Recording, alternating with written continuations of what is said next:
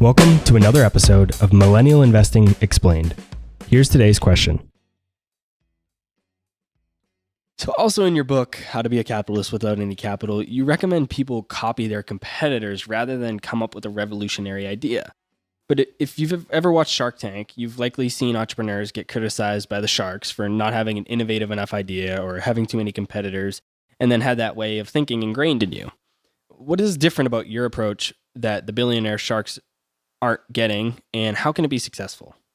Lori Greiner has sold many products on QVC, right? Where her curling iron has one little microscopic thing different in the patent than the 7,000 other, right, curling irons out there on the market.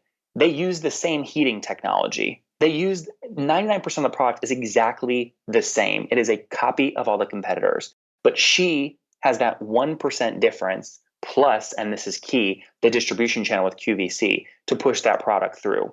So the reason I say copy your competitors, because entrepreneurs, when they start out with a new idea, many people will see something in their local towns and they'll go, oh, I really like how that restaurant set up their menu, but I would change this one thing to make it better. And so to start your own thing, you should just go replicate that exact restaurant. And when you replicate them exactly, then add that one twist that you would have improved. Most people won't do that because they'll be worried about what their friends think by the perceived notion that they are copying the neighboring restaurant.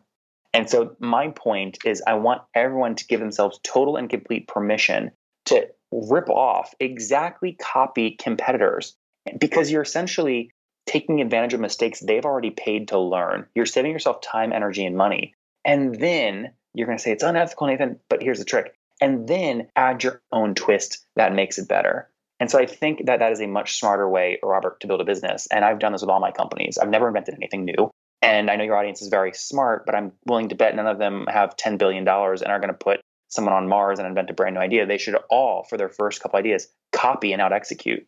Yeah, I agree completely, especially if you're starting with not too much capital. Why invest in research and development? Why try and find out if a product's going to work? Why do all the market testing, things like that? You already have somebody that's done that. Use what they've done and execute better. And like you said, some people might feel it's unethical, but really business is a competition and you're in that to compete with the other company, and you're going to just try and do it better and make a small change to do it better.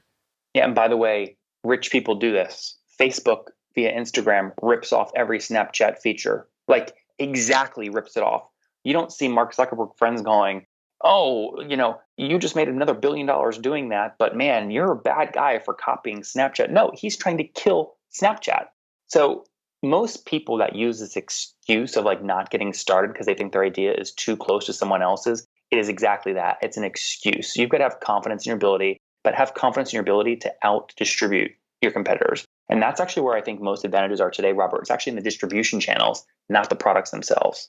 Going back to Facebook wasn't the first social network. MySpace, and they probably weren't even the first. And look at what Facebook did, and look where MySpace is today. That's all for this episode of Millennial Investing Explained. Be sure to follow me on Instagram, Twitter, and Facebook, or subscribe to our YouTube channel to get even more free content.